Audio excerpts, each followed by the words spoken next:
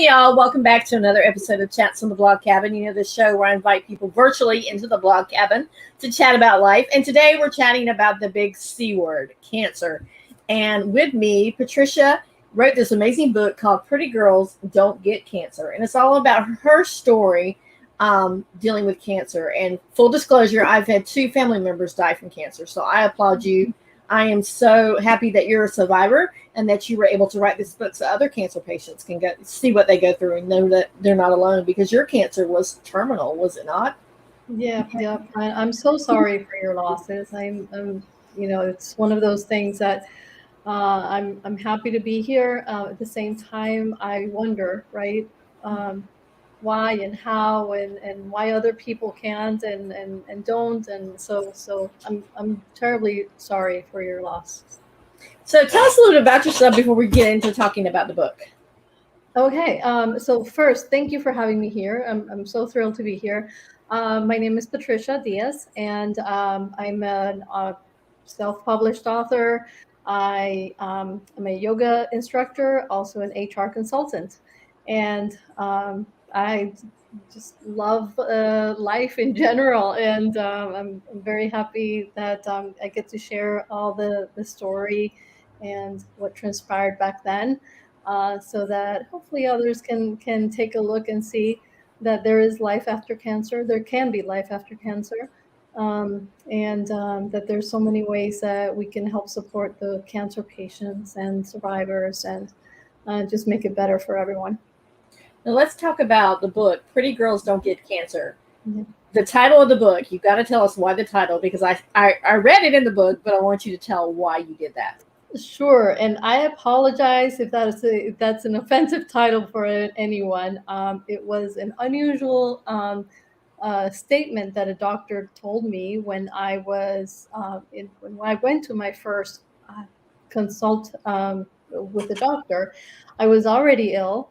I didn't know what I had, but he said, "Don't worry, pretty girls don't get cancer."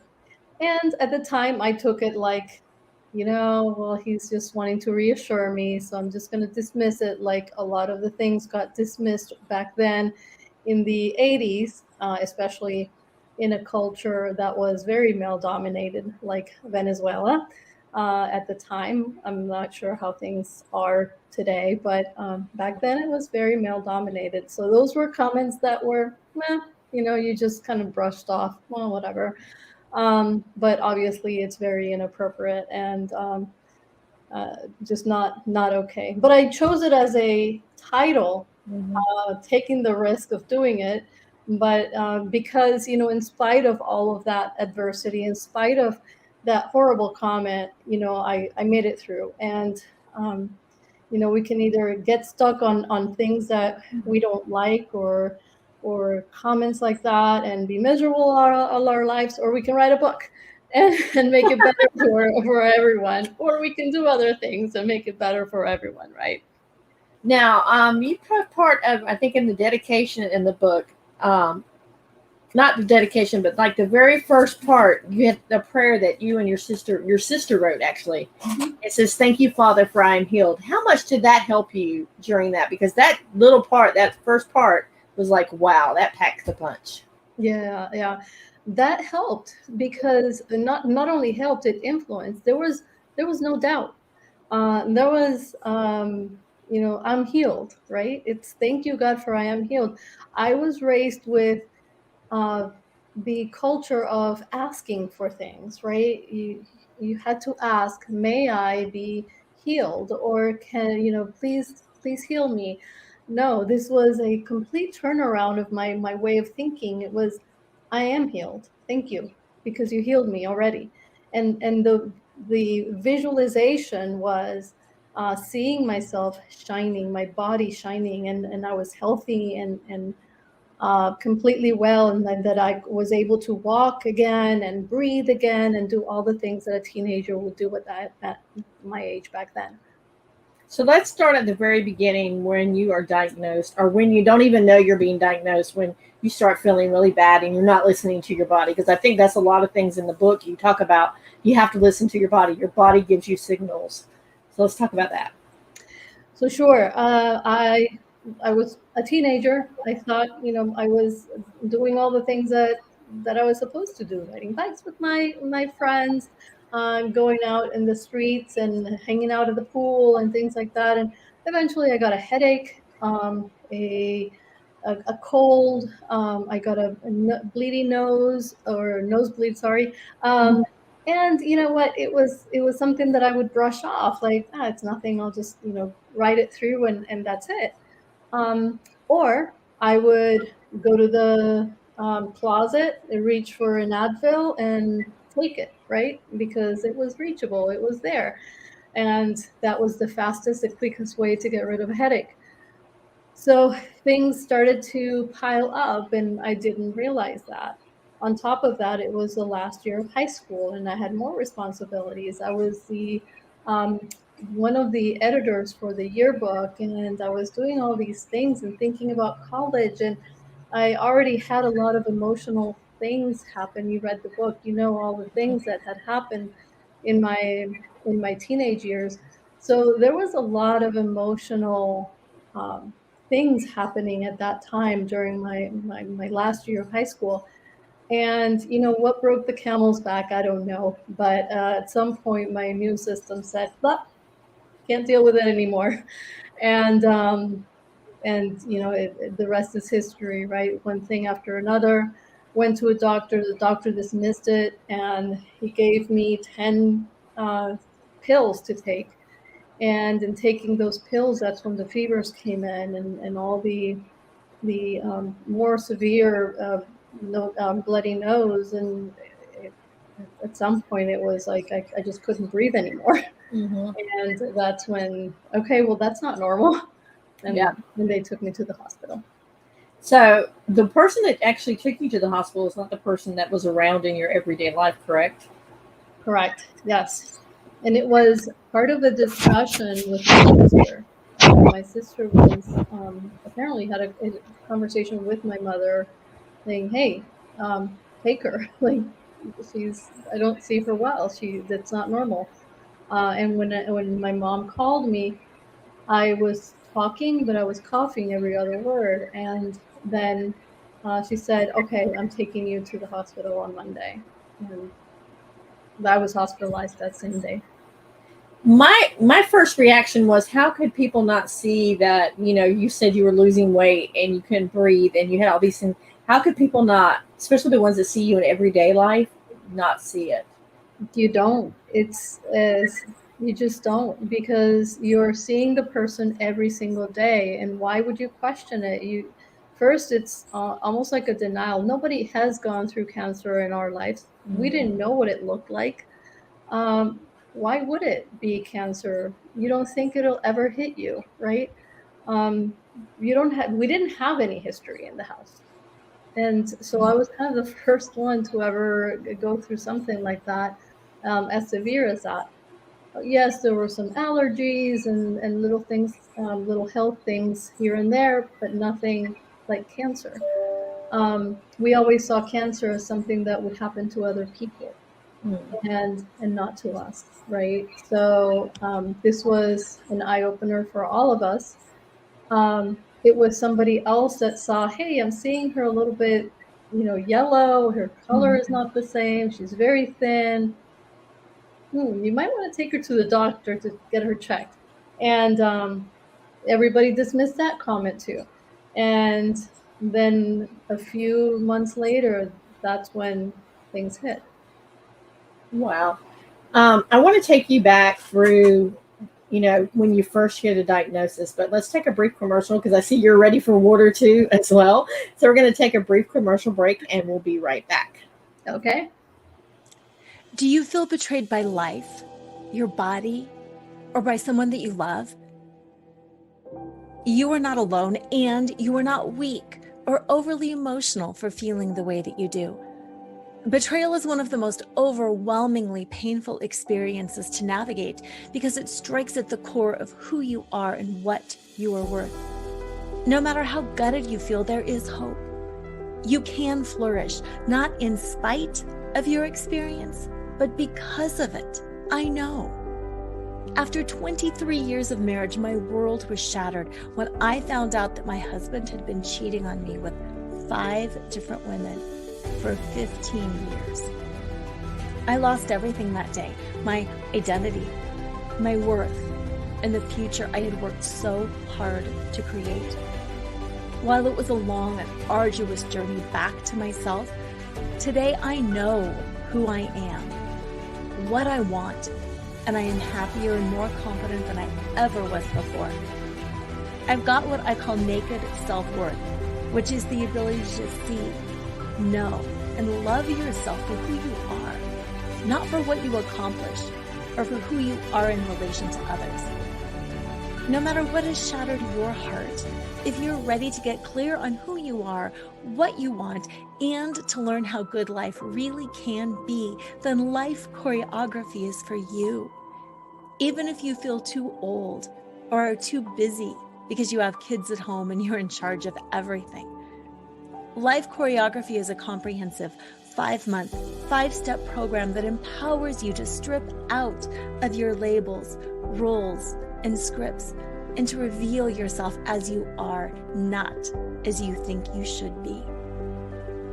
To learn more, go to nakedselfworth.com and download your free guide that shows you how to untangle yourself from the past, reclaim your sexy, and start re-choreographing life on your own terms so you can love and be loved for exactly who you most authentically are.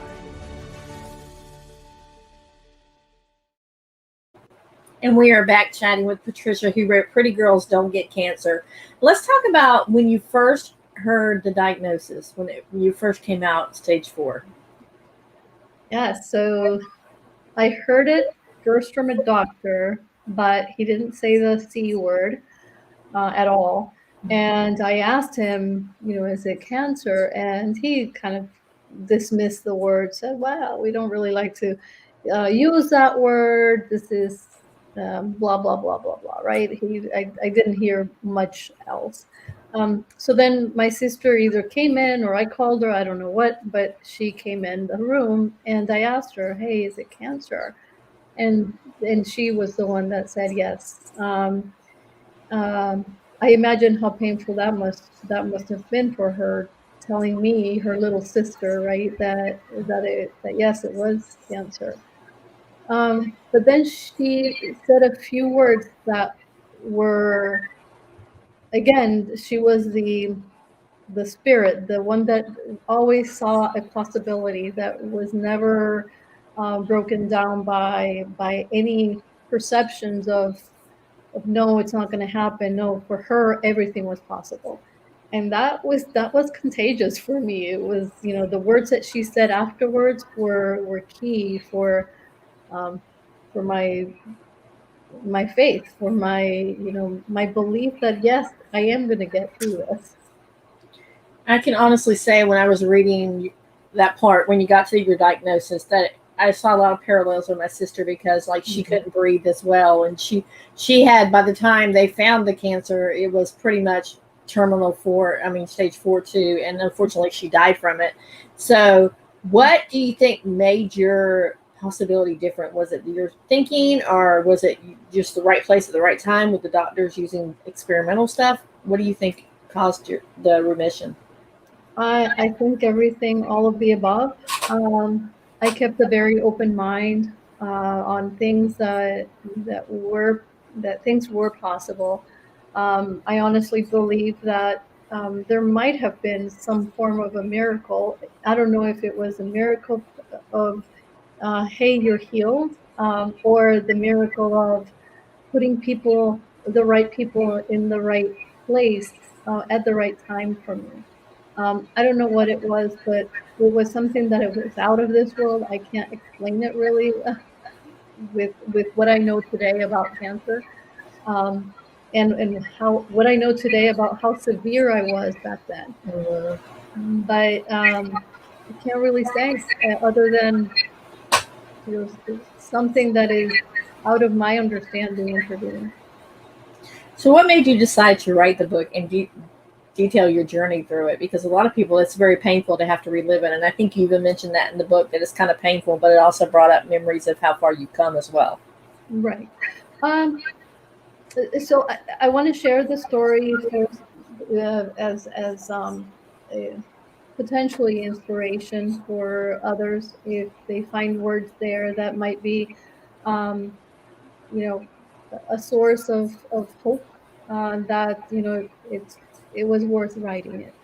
Also, it served as kind of therapeutic for me also to relive that and to go through it, in a kind of a coming to age view, right? Like, gosh, I did all that, really? And yes, look how far I've come, and wow, I've had a little grudge here that I didn't know I had, and so processing all that again was really helpful for me. And also some other people in my life, a lot of people in my life that know the story and knew of the things that happened in bits and pieces wanted to see or wanted to hear the whole story. So they've insisted, hey, when are you going to write the book? And so it was years in the making and finally came out. Yeah, what'd you say? 30 years in the making? Is that what you said? Probably 30 years in the making. Now, I love the way that you balanced Western medicine and with the Eastern medicine, like the mind work, the Right. sister saying that you didn't eat all the processed food and all the sugars, and going through and changing your diet. Looking back, at the time, did you think it was going to change anything, or were you like amazed that it changed stuff? I'm sorry, can you repeat the question? You broke up a little bit. I said, looking back, did it kind of amaze you that it actually, all the alternative medicines that you did along with the Western medicine, that it actually worked? Were you like in the beginning were like, no, it's not going to work, but I'll try it anyways? So I was learning about it. I kept an open mind. I didn't know if it was going to work or not. But I did have a lot of trust in my sister. So, you know, I kind of saw if she believes and she's so convinced on this, you know, why would I question it, right? Um, and she always came at it with a very scientific approach. So she brought the science back then, which was very little science. Today there's a lot more, but it was convincing. And yeah, at that time, probably if she would have said, "Hey, some people are getting cured by, you know, getting on their hands and doing handstands," I probably would have learned how to do handstands.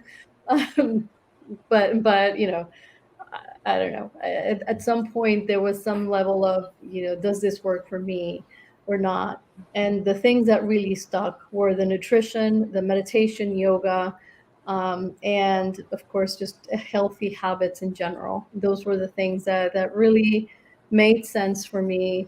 You know, later on, even the American Cancer Society says that by healthy choices, or having healthy uh, lifestyle choices, can help prevent certain cancers. Not all of them, but certain cancers. I love how you said, obviously, the yoga and the meditation, obviously, because you're still doing it to this day. Correct. Yeah. And I love it. It's become my lifestyle.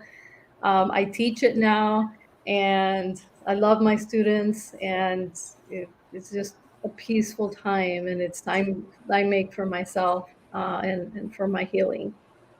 And I also love the fact that when your sister said go vegetarian and there was only one restaurant, and your dad was like bulking about eating it there, and you said it tasted like it had no taste, everything tasted the same. How you took the initiative and went and took a class on how to cook vegetarian so that you would be able to prepare the meals. Right, but the class I took was not in that place because everything there did taste like flaxseed. I took the class somewhere else, and they taught me, you know, just a few things like lentil patties and how to make seitan out of actual flour. I didn't know that, you know, if you actually have a pack of or how do you call these? The flour packets. If Mm-hmm. you soak it and then wash it a lot, the seitan, the gluten, that comes out of it is actually what they call Satan. I had no idea. And so anyways, I learned how to make a lot of those recipes from scratch back then, and it was fun. I started making them and practicing them at home, and that's when my father got a little bit more open-minded, because he saw me in the kitchen and he was kind of proud that I was taking charge of the kitchen and making lentil and my very healthy chicken with a lot of veggies. So he became a little bit more open to eating that. And then you have something very unusual in your bedroom as well. Yes, a little. That was a gift. I don't think I would have, by my own initiative said, I would really want a pyramid in my room. No.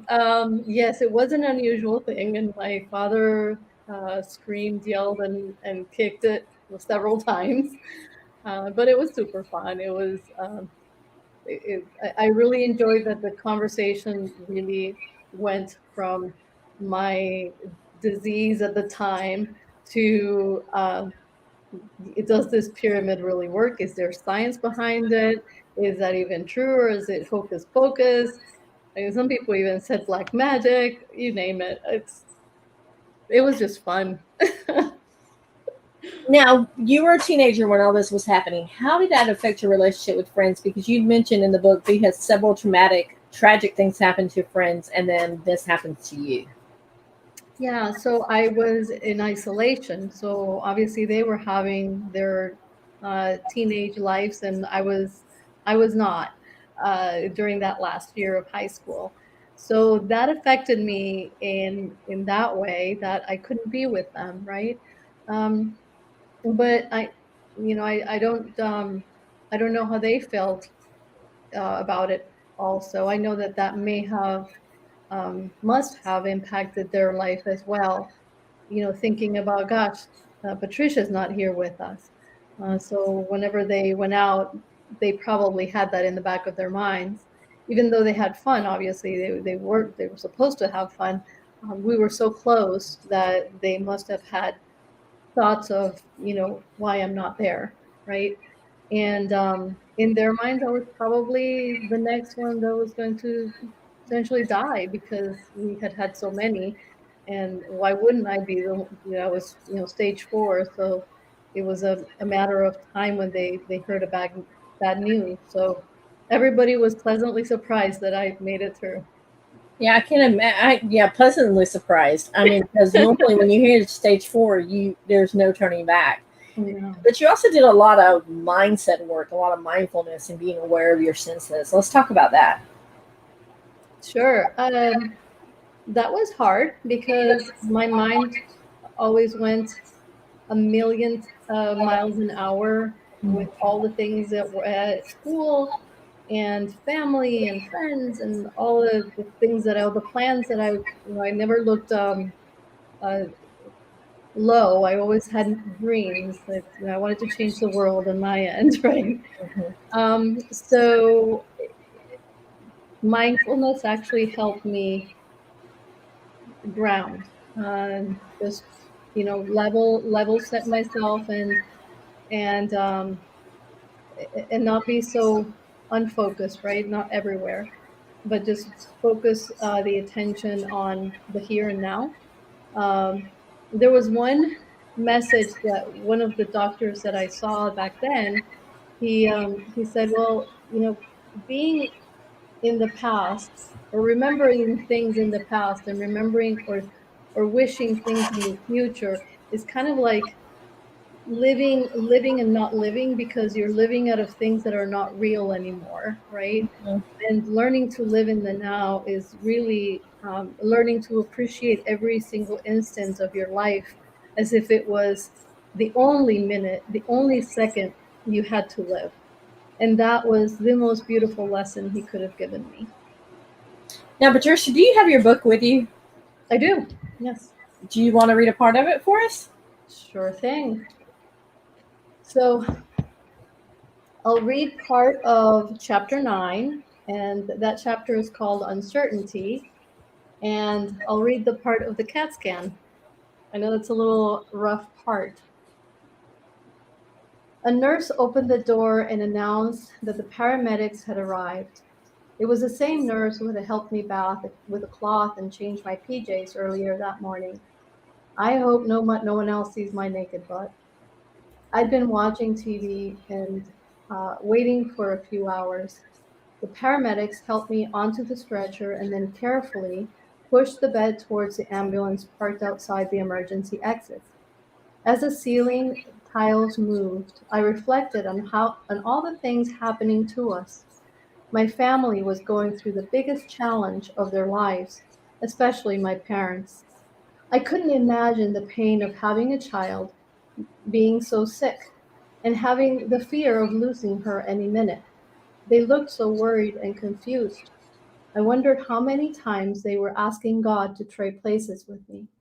As I saw their puffy eyes, droopy eyelids, and pale faces walking next to the bed, I felt sorry that they were going through so much. The sliding doors opened, and the paramedics rolled the stretcher out of the hospital. As I squinted to adjust to the outside light, I felt grateful to soak in a bit of the tropical weather. It was a relief from the low air conditioning temperatures. The leaves of the trees danced with the breeze as the sun playfully showed its shining bright face. Sweetie, we're going to fold the legs and get you in the ambulance, a paramedic warned, so I wouldn't be surprised by the sudden drop.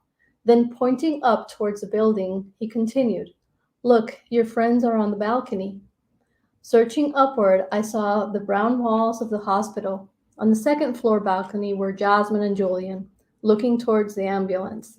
Holding back her tears, Jasmine smiled at me. I could tell all the way from the bed she'd been crying. Julian, my friend and Jasmine's high school sweetheart, put his arm around hers. He smiled with a compassion I'd never seen in his eyes. It was as if Jasmine and Julian were feeling every bit of my own pain. Please don't cry. I was the sixth dramatic case over a period of 2 years that hit my close friends. Andreas Raphael passed away from the tragic motorcycle accident, and Gustavo died from cancer. Jenny and Greg's sudden death playing sports at school left us all in sad disbelief.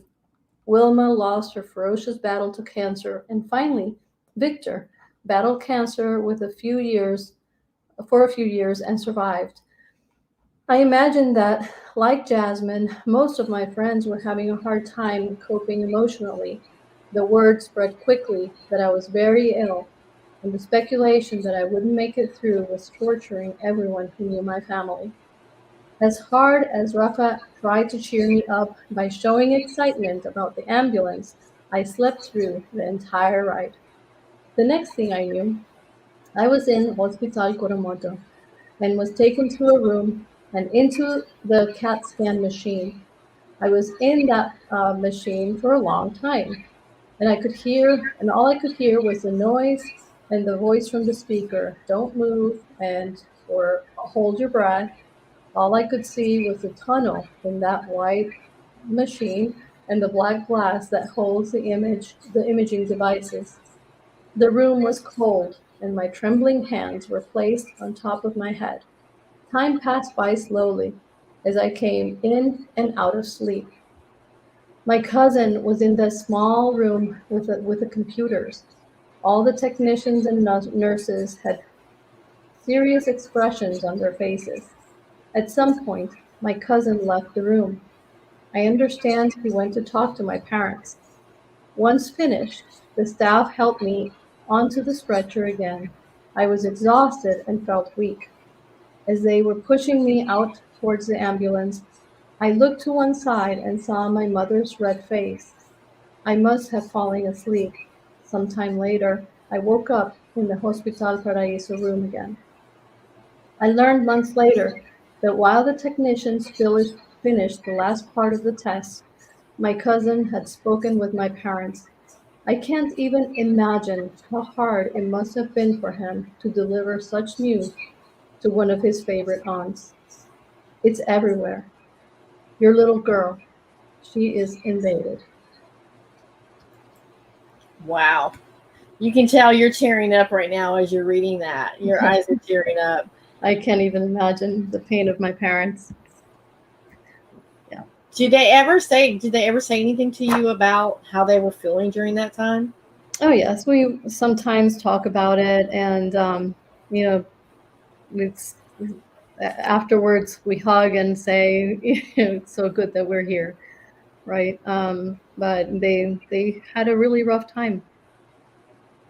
Well, I can just only imagine seeing. And my sister was 27 when she died, and I remember the stuff that my parents went through. We had a little blessing toward the end, though, after my sister died. But my sister and myself, my other sister and myself, were pregnant, and so they were going to have their first grandbaby. So we think that was a blessing in disguise for my parents to get through that. Because I can't even imagine what your parents were going through. And you were what, 17 years old? I was 17, yes. Wow. Yeah, yeah. Now looking. That's such a blessing that you had your those babies come out afterwards. Mm-hmm. That's beautiful. So looking back now, was there anything that you think you would have wanted them to do differently, or do you think everything played out the way it was supposed to play out? You know, I wish that first doctor would have taken this case seriously, um, and probably that we wouldn't have dismissed the symptoms at the time that they were there, right there in front of us. We all have an opportunity to influence our health by paying attention to our bodies. And if there's any lesson, or the biggest lesson that I've got from all of this, is listen to your body. Don't dismiss anything, and don't wait for when you have time. If it's bothering now, if you take a pill, it'll only mask the symptom, but it will still be there. The cause will still be there. So look for the cause of whatever's bothering you, to make sure you address it, even though it might be scary. Now I want to go back to you were talking about the ride in the ambulance and going to get the CAT scan. Your mom said you're leaving this hospital and you're going to a different hospital. How many different hospitals were you in Venezuela? I was in 1, 2, 3 different hospitals and some other testing facilities.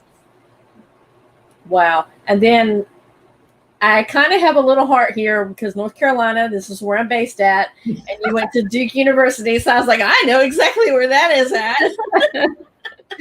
So you know the Southern speech, right? The Southern speech, totally. Even though I hope I don't sound like the woman in the book sounds like. It was just hard. I English wasn't that familiar to me at that age, and it was so hard to understand her. Yeah, so true. And honestly, I can see that with people with accents now. Like, you're from Venezuela, but I don't hear your accent. How long have you been here in the United States? Over 20 years now. It's been a while. See, my husband is from Mexico, and I still hear his accent. He still has that thick accent, and he's been over here almost 30 years. He still has a thick accent. Yes, well, I hope he never loses it. Mexican accent is amazing. I love it. Now, one part of the book, I don't want to give it away, but you actually write a letter to your younger self, and that just had me in tears reading it, because I can see so many similarities in myself. Not only because we don't treat our younger selves that well at all. So, if there's one thing looking back, what would you say to a young girl or a young boy that is going through this at this time? Yeah, just love yourself. You're beautiful and awesome the way you are. And, just take time to just be. And it's okay if you mess up. It's okay if you make mistakes, and your family is there to help you through things. But definitely listen, be attentive, and don't rush through life. Live every phase as the beautiful phase it is. And when I talk about beauty, by the way, I talk about beauty inside. I don't talk about being beautiful outside, because we don't really care about that one. I mean, some people do, but I guess that's important in some ways, but it's the beauty inside that I talk And about. speaking of that beauty, the one thing you struggle with that a lot of cancer patients struggle with is losing your hair and losing your identity. So let's talk about that. Yeah, for me, it was hard. I'll admit it. I was attached to that part. I mean, I was in the culture of beauty being uh, something important, right? Being pretty and being a girl, right? So I was attached to the hair and the looks. So I had to let all of that go and learn to see myself the way I really am, not because of my hair or from the angle of hair or beauty, but the angle of who I was inside. And a lot of forgiveness on your part for yourself, for forgiving for family members and everything else. How did you work through that forgiveness? It was hard. I had no idea that anything was there, but yes, definitely. You know, when I talk about forgiveness, it's about forgiving things that you don't know are there, baggage and things that are completely that you're just not aware that you have. Um, a lot of so I don't talk about the forgiveness of, oh, I did something wrong, therefore I got cancer. Absolutely not. That's not the the approach or my thought process. I don't think anybody would consciously or unconsciously develop a cancer because of that. I don't know enough about emotions because I'm not a therapist, but um, when I talk about forgiveness, it's about just letting go of those um, unresolved things that you have in your life that you're not aware of, and just live happy. Yeah, I love that. Live happy. Now, a lot of throughout the book, you talk about your faith. So let's talk about how big your faith was in all this. Well, I didn't know I had faith until it was tested. Um, I grew up in a Catholic family. I went to church. I did all my prayers and uh, prayed the rosary and all those things as a Catholic, right? Um, and I just had no idea what forgiveness was or what um, believing in something that was so literally impossible that I was willing to fall off a cliff and let God take the lead. And that's what we did. I mean, we literally fell off the cliff, like, just, you're in charge, because I sure wasn't. And I don't think anybody in the house felt like they were in charge. There was something that was leading us to answers, and somehow those answers kept reinforcing that we were in the right path. And the right path led you to write the book. Mhm. How long did it take you to write this book? Because obviously you had a lot of crying, short crying emotions. A lot of emotions come up when you're writing this. So you probably had to take breaks. So I've written parts of the book during multiple times in my life, or during those 30 years. But really, it was during a time of transition, career transition, where I wrote about 30,000 words. And I told one of my mentors, hey, I finished. And she asked me, so how many words do you have? And I said, 30,000. And she said, Patricia, to be considered halfway serious, you at least have to write a book that has about 60,000 words. Mm-hmm. And oh my gosh, that was like, it was the worst thing that she could have done, but the best thing she did. And so I locked myself up in a room, and all I did for 1 month was write. So in 1 month, I finished the book, the first draft of the book. And then I was like, okay, hey, I have the 60,000 words now. And she said, okay, great. That's the first draft. So next step is to, how do you call this? To go and join a writers group and basically workshop your writing to see if it's good, or to mold your writing style. Like, really? I thought I was done. So a year later, I went through the whole book and modified the whole book. So draft 2 came out. And then there was that was the time when I started looking for an editor. And that process took about 6 more months. So it's a long process writing a book. Wow. Not easy at all. A lot of people don't have the luxury of shutting themselves up in a room for a month and writing the book. What did you do for money and stuff like that? Well, fortunately I had a little bit of savings and I was able to do it. And again, I was in a job transition, so I had moved here to Maryland, and I was actively looking for a job. But during that month, I didn't do any active search of a job or anything. I just focused on the book. Wow. And I'm glad you focused on the book. Thank you. Now, how long after you finally finished it to when you finally said, okay, I'm going to self-publish it? That was about 2 years. I would say 2 years. And, Why did it? And during COVID, I was like, all right, this is a time.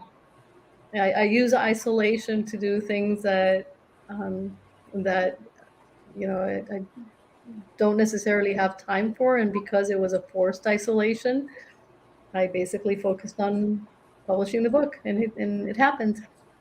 You're talking about isolation and COVID. A lot of this stuff you already dealt with, so it was like maybe a walk in the park. I don't want to say that it was a walk in the park, but maybe it was a lot easier on you because you knew kind of what to expect. I knew what to expect, and at the beginning of COVID, when they told us, you take your computers and go home, and you're gonna work from home, I made a list of things and that I wanted to do and complete during that time, and writing a book was on that list. Wow. Yeah. So where can people find the book? So I think you have that Pretty Girls Don't Get Cancer in Amazon. So Amazon is the easiest way. The book did win the award for the ebook, so it's nice to read it on the ebook, and that's less price for those who like to read on the screen. Also in bookbaby.com, the store, you can find it there. Walmart, Target, Barnes and Nobles, and a few others. And you can always go to my website as well. That's patriciadiaz.com. And you have the link to buy the book. I want to thank you for. I got to know the artwork on the book. Did you do that? No, I'm not. I'm not that talented. I actually. So if you look at it's kind of childish, right? Mm-hmm. But childish because that's the indigenous art in Venezuela. Like I wanted the round face and the hair that's like that, right? And the colors, the flowers that kind of represent the country, and all these little flowers like that look like cartoon, and the bike and all that. Mm-hmm. That was an artist. I know him from he's the brother of one of my high school friends, and he did all the art, but he understood right away when I said, hey, I want something that's from Maracaibo and that's representative of our indigenous roots. And then he came up with that, and I loved it.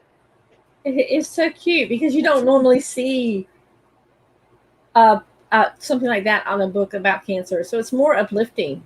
Yes, it's uplifting, especially with the bright colors. Yeah, and I wanted uplifting because cancer is it's a tough topic, and I wanted little things that would uplift the topic a little bit, and the cover was one of them. Do you think you have another book in you? I think so. I'm battling. I'm like thinking about the ideas and or getting some ideas together, and I started writing, but if this one took 30 years, imagine the next one. Well, maybe the next one probably isn't going to be. Do you think it's going to be more personal or less personal? I don't know. We'll see. I have no idea yet. I think you kind of mentioned it a little bit in your book, and you talk about that's a story for another time a couple of times. Is that one of the stories you're working on? That's where I started, yes. Guys, you'll just have to read the book to read what she's talking about, right? A little cliffhanger there. So, Patricia, I want to thank you so much for coming on and for sharing your story and letting others, be a light to others who are going through this struggle, because cancer is not pretty at all. No, and I hope it goes away at some point in our existence, and that we find a cure, and that people is, if anything of my book it can be of help to anyone, I hope it gets to the right places. So thank you for having me here. I'm truly honored, and I'm so happy to be here. And when you write that second book, even if it's 30 years from now, maybe I'll still be doing this. You're welcome to come back on and chat about the next book, because I want to read the next book. Now you've got me interested in it. Thank you. So, guys, the book is called Pretty Girls Don't Get Cancer, and it's all about her journey of a teenager and being diagnosed with stage 4 cancer. So, as always, guys, I'll put everything in the show notes where you can find Patricia at, where you can find her book, everything else. And as always, be blessed. And most importantly, keep chatting. Have a great day. Bye.